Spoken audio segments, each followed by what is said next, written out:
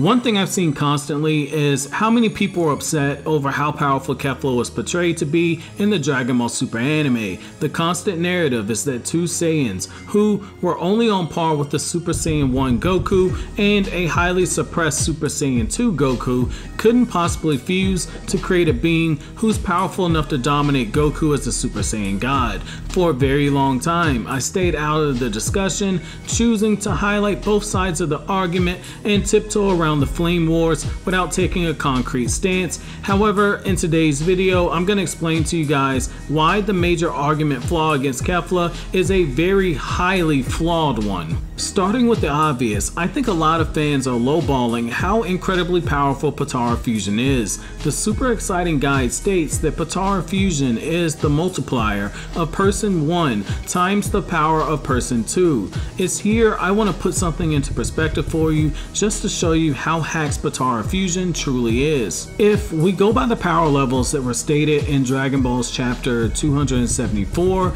and chapter 275, then Gohan and Krillin would have power levels of 10,000. This is rounding them down since the official quote for their power levels states that they have gone past 10,000. Vegeta in chapter 275 was stated to have reached close to 30,000. So if we round Gohan and Krillin down to 10,000 and round Vegeta up to 30,000 and then hand them a pair of Potara Fusion earrings, then something truly amazing happens. They would combine to create a being who had a power level twice as strong as the Super Saiyan Goku who fought Frieza. Any combination of Vegeta fusing with either Gohan or Krillin would come out with a power level of 300 million, which is twice that as Goku as a Super Saiyan. This being would actually be able to fight Goku and Frieza at the same time and not have much difficulty doing so. Just let that sink in for a moment.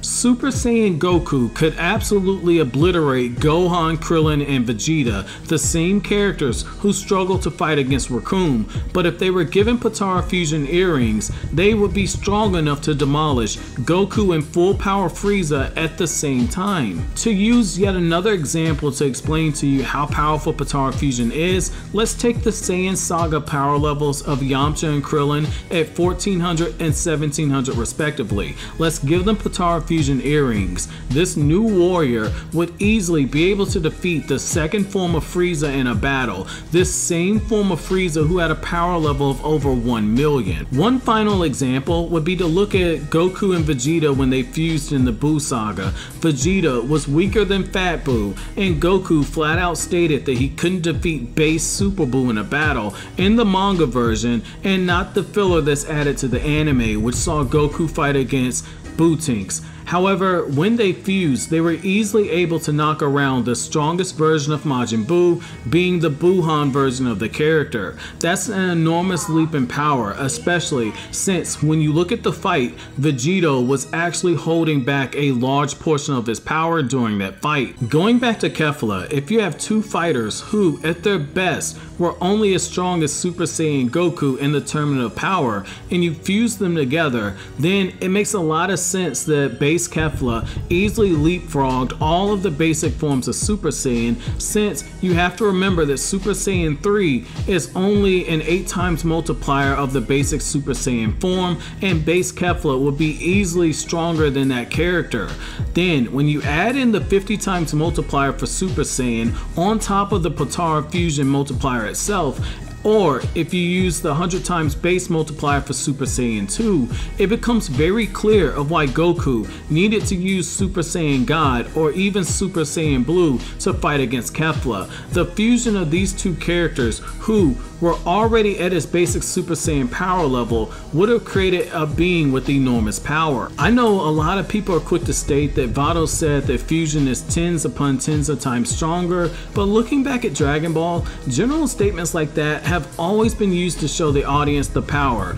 In the Dragon Ball manga, when power levels were being read off, often you had phrases such as the power level is over X amount, or the power level is close to X amount, but we very rarely got a definite number when power levels are being read off. It's why the super exciting guides and the Daizenshu become so important of a tool for Dragon Ball fans to make themselves aware of, because those are where you have stated multipliers for forms and for fusions.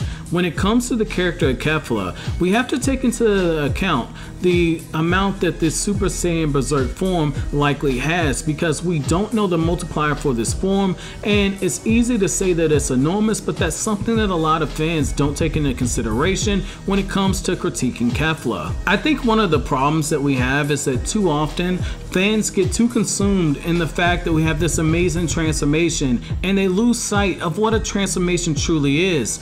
A transformation is just a multiplier of the current state of the user.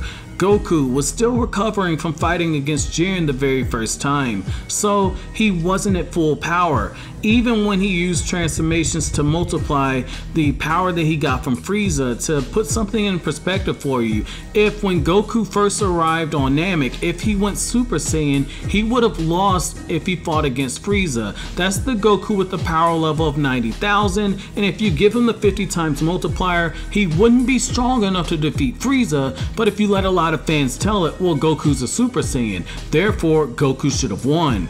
All transformations is just a multiplier of a person's base, which is why I wanted to bring out the different scenarios, like having the early Namek Saga versions of Gohan and Vegeta fused together to show you just how powerful Potara fusion truly is.